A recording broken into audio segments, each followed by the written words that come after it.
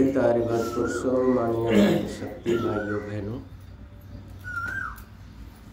एक वेद मंत्र में जो भगवान ने हमें हमारी उन्नति विकास के साधन बताए हैं उस पर चर्चा हो रही है।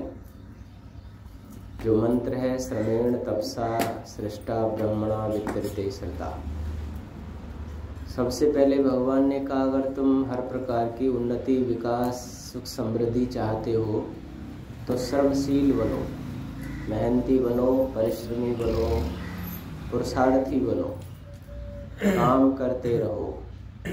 आलसी प्रमादी लोग संसार में अवनति को प्राप्त होते हैं, पुरुषार्थी मेहनती लोग उन्नति प्राप्त करते हैं। लेकिन हमारी कुछ ऐसी एक मनोवृत्तियाँ होती हैं कि हम कम काम करें और फल ज़्यादा मिल जाए, ऐसी भावना रखते हैं। दूसरी बात, हमारे भाग्य में जो लिखा है भाई वो ही मिलेगा, कितनी मेहनत कर लो। बहुत से लोग ये भी कहते हैं कितनी भी मेहनत कर लो, जो भैया विधि विधाता ने लिख दिया है वो ही मिलेगा। इन दो चीज़ों से हमारे जीवन की बहुत बड़ी हानि होती है। विकास रुक जाता है, सुख शांति रुक जाती है। सबसे पहले चर्चा करते हैं ये भाग्यवाद क्या है। हम जो भाग्य कहते हैं ये क्या चीज़ है। भाग्य प्रारब्ध कहते हैं वो एक ही बात है। हम जो भी कर्म करते हैं उसके 3 विभाग होते हैं, क्रियमाण, संचित और प्रारब्ध। जो हम कर्म करते हैं वो हमारे क्रियमाण कहलाते हैं।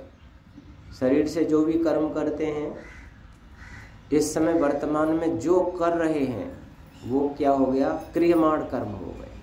जैसे अभी आपने यज्ञ किया है, आप स्नान करते हैं, व्यायाम करते हैं, भोजन बनाते खाते हैं, आप खेती में करते हैं, दुकान पर करते हैं, व्यापार करते हैं, नौकरी करते हैं, घर में काम करते हैं, बाहर काम करते हैं, चलते हैं, फिरते हैं, बोलते हैं, देखते हैं। शरीर से जितने भी आप क्रियाएं करते हैं वो सब क्रियमाण कर्म। उन क्रियमाण में फिर 2 भाग उसके हो जाते हैं। एक तो फल संचित हो जाता है और संस्कार संचित हो जाता है। और जो आपने क्रियमाण किया था और उसका जो संचित हो गया है फल, जब आपको वो प्राप्त होता है उसको प्रारब्ध कहते हैं, उसको भाग्य कहते हैं। 3 बातें हो गई, क्रियमाण, संचित, प्रारब्ध। अभी तुमने यज्ञ किया है, ये क्रियमाण हो गया। इसका फल और संस्कार तुम्हारी आत्मा में और ईश्वर के ज्ञान में संचित हो गया। अब जब ये फल बन करके आपके सामने आएगा तो ये आपका प्रारब्ध हो गया, ये आपका फल हो गया। तो प्रारब्ध जो बनता है वो किससे बनता है, कर्म से बनता है, क्रियमाण से बनता है। इसलिए पूछा विद्वान से कि वही तदबीर बड़ी है कि तकदीर बड़ी है, यानी भाग्य बड़ा है कि कर्म बड़ा है। तो उन्होंने कहा भाई कर्म बड़ा है, तदबीर बड़ी है, तकदीर बड़ी नहीं है। तकदीर जो बनती है, भाग्य जो बनता है वो कर्म से ही बनता है। इसलिए कर्म करना चाहिए, ऐसा सभी ऋषि मुनि विद्वान कहते हैं। पुरुषार्थ करना चाहिए। एक महाराज भोज के एक घटना आती है, वो कितनी सत्य है पर एक से मैंने एक जगह पढ़ा था कि महाराज जो भोज थे वो दान बहुत दिया करते थे, जो भी उनके पास था वो दान दे दिया करते थे। एक मंत्री उसके जो थे वो इस बात से प्रसन्न नहीं थे, अब वो कह सकते नहीं थे, उनसे मना कर नहीं सकते थे।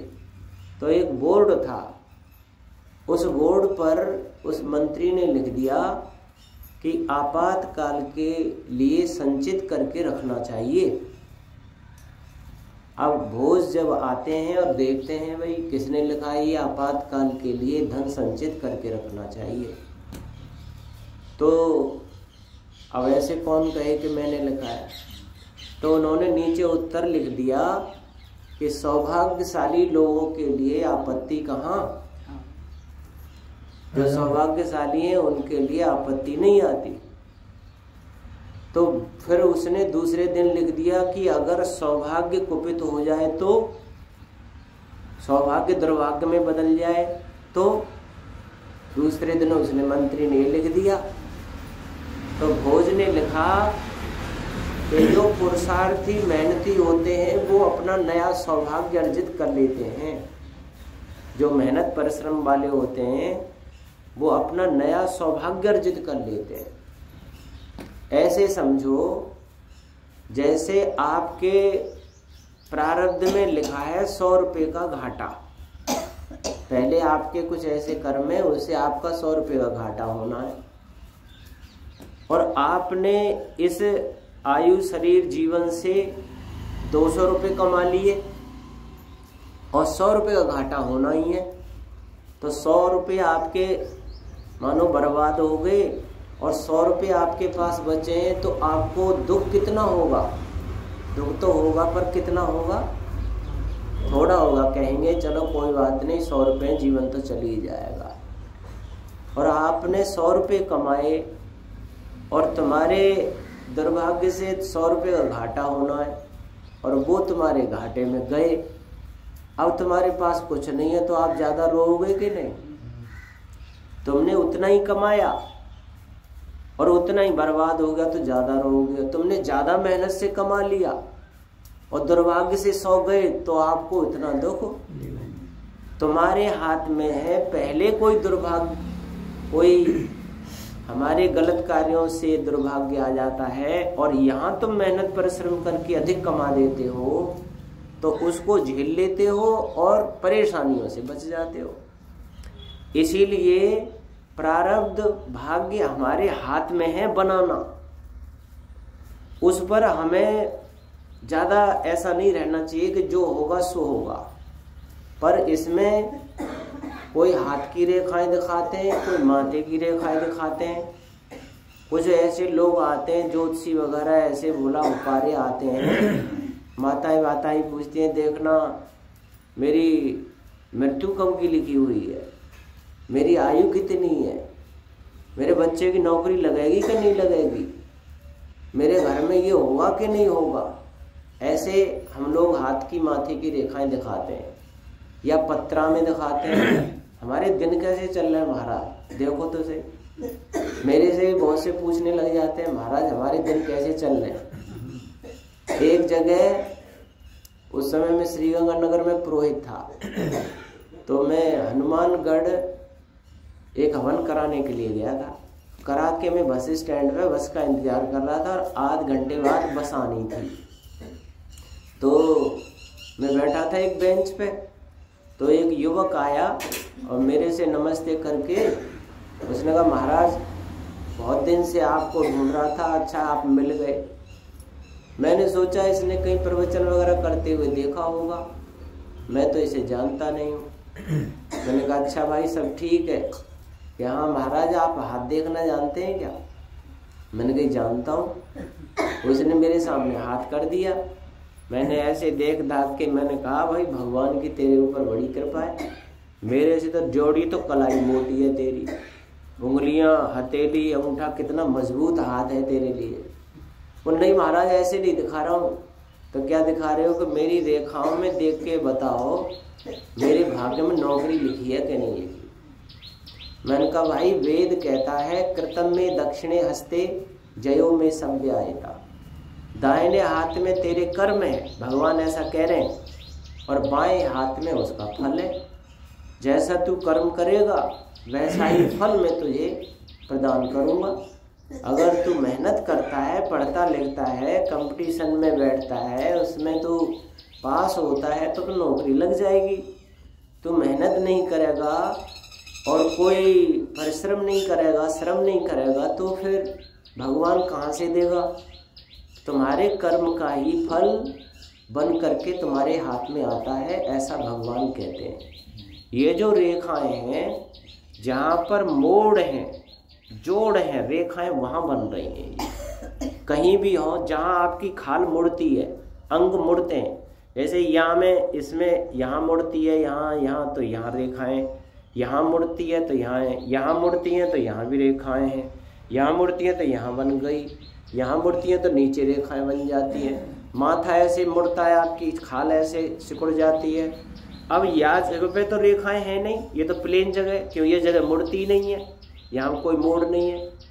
लिखाई होगी तो ठीक पेपर पे होनी चाहिए कि नहीं, भगवान लिखाई करे तो यहाँ लिखाई होनी चाहिए।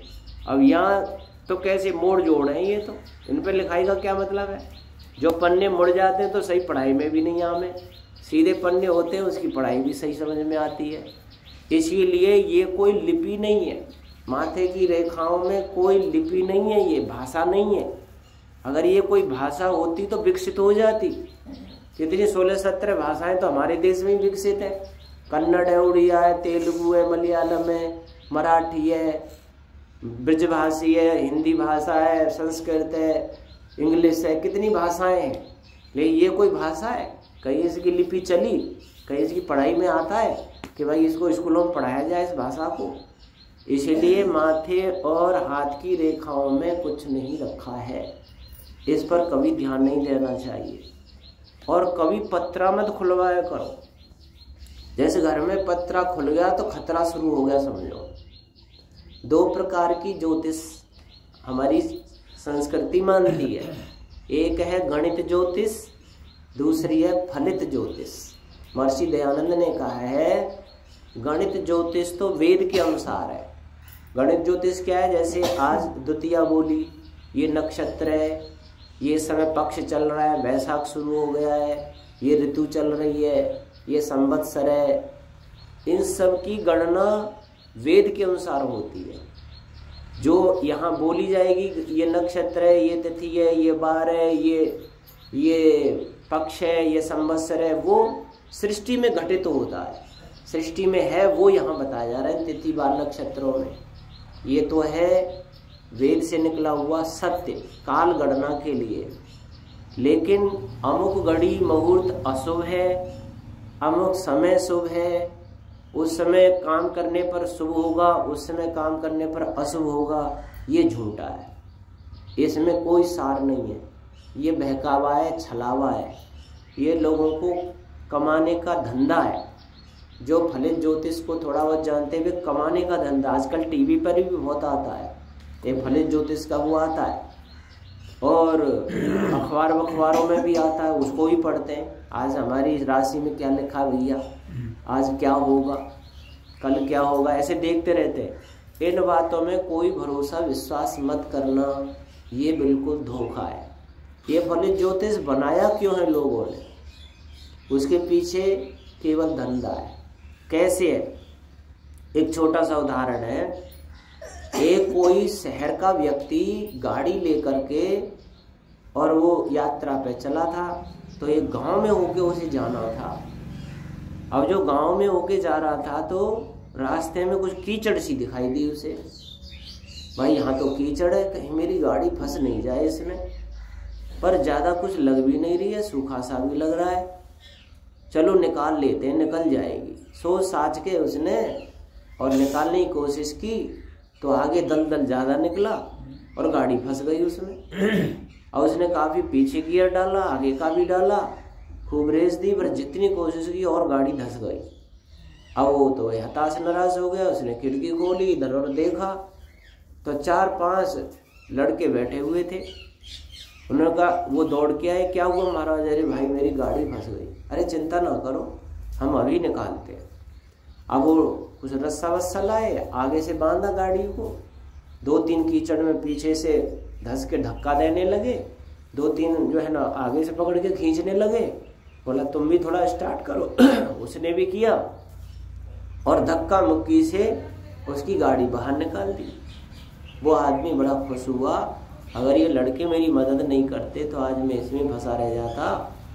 और उसने खुश होकर के जेब में हाथ डाला और 200 रुपये दिए, लो बेटा तुम कोई मिठाई खा लेना, तुमने बड़ी मेरी मदद की है। वो उन्होंने ले लिए अब उसने पूछा, बेटा तुम बड़े अच्छे भले इंसान नजर आते हो, तुम काम क्या करते हो? तो उन्होंने कहा, साहब हम तो यही काम करते हैं। बोले क्या करते हो? कि अब तुम चले जाओगे यहाँ से, 2-4 बाल्टी पानी इसमें डाल देंगे, ऊपर से थोड़ा सा मिट्टी सूखी डाल देंगे और दलदल बना देंगे इसको। अब तुम्हारा जैसा कोई शहर का फिर आएगा, फिर उसकी गाड़ी फंसेगी इसमें, हम यहीं बैठे रहेंगे, फिर उसकी गाड़ी को निकलवाएंगे, 100-200 रुपये वो दे जाएगा, फिर इसमें पानी डाल देंगे, इस दलदल को और दलदल बना देंगे, आप जैसा फिर फंसेगा, फिर हम निकालेंगे, फिर हमारे को 100-200 रुपये मिल जाएगा। मतलब यही करते हैं काम। तो देखो ये फलित ज्योतिष वाले ना पहले तो हमारे दिमागों में दलदल बनाते हैं, भय घुसाते हैं, तुम्हारे दिन खराब चल रहे हैं, तुम्हारे पर राहु केतु चढ़े हुए हैं, बृहस्पति आ गई है, शनि महाराज का कोप हो गया है, ऐसे तुम्हारे दलदल बनाएंगे। फिर आप कहेंगे महाराज कैसे भी इससे निकालो, कैसे भी महाराज से इससे हमें उठाओ, ऊपर उठाओ, कैसे बचाओ। कि हाँ उपाय करते, पर कुछ ये दान दक्षिणा पूजा पाठ कराना पड़ेगा आपको, इतना पैसा लगेगा, इतना वो लगेगा, महाराज जो भी लगेगा सो देंगे, पर आप जो है इस शनिचर को काट के जाओ। फिर भैया वो आमदनी बन गई उनकी, ऐसे ही फिर वहां से लूट लिया, ऐसे किसी और के दिमाग में दलदल बनाएंगे, फिर वहां से लूटेंगे। ये उनका होता है। एक बार क्या हुआ, एक किसान जो है वो खेत पे जोतने गया था। अब घर पे एक आ गया महाराज, शनिचर उस दिन था, अब जो उसकी चौधरानी थी उससे कहा तुम्हारे पे घर पे 2.5 वर्ष का शनिचर है। उसने कहा महाराज क्या किया जाए? तो शनिचर उतर गो कि तुम उतार दोगे? हाँ के क्या करें, इतना दान पुण्य करो। तो इतना अनाज लिया उसने और सामान जो बताया था बुढ़िया ने दे दिया। महाराज या शनिचर है तुम हमारे काट दियो। अब वो जैसे वो पोटली और बाल लेके चलो, इतने वो किसान आ गो। अब किसान ने देखा या पोटली से ले घर में से कैसे निकला है, उसने या कही भाई ये क्या है, कैसे निकला है? बोले यहाँ ने ये बता रहे महाराज 2.5 वर्ष का शनिचर है हमारे घर पे, तो वो शनिचर को निकालने के लिए मैंने इसको अनाज और ये दिया है। बोला अच्छा। वन के महाराज रुकियो, महाराज रुकियो। फिर महाराज रोके, उलट के आओ, पैनी हाथ में लग रही वाकई में। वन के महाराज कितने वर्षों को वो शनिचर है कि 2.5 वर्ष का है। ये क्या करता है, बड़ी हानि करता, सर्वनाश कर देता। शनिचर बहुत खतरनाक है, जिस घर पे आ जाए सर्वनाश कर देता है। वन के महाराज अब उतर गया कि हाँ तुमने उतार दिया, हाँ तो बात तुम ले जा रहे हो, फिर तो ये शनिचर तुम्हारा नुकसान न कराओ, तुम हमारे यहाँ से तो ले जा रहे हो, पर तुम अपने घर में ले जा रहे हो यार, तुम्हारी हानि न करे, हमारी तो कर दे।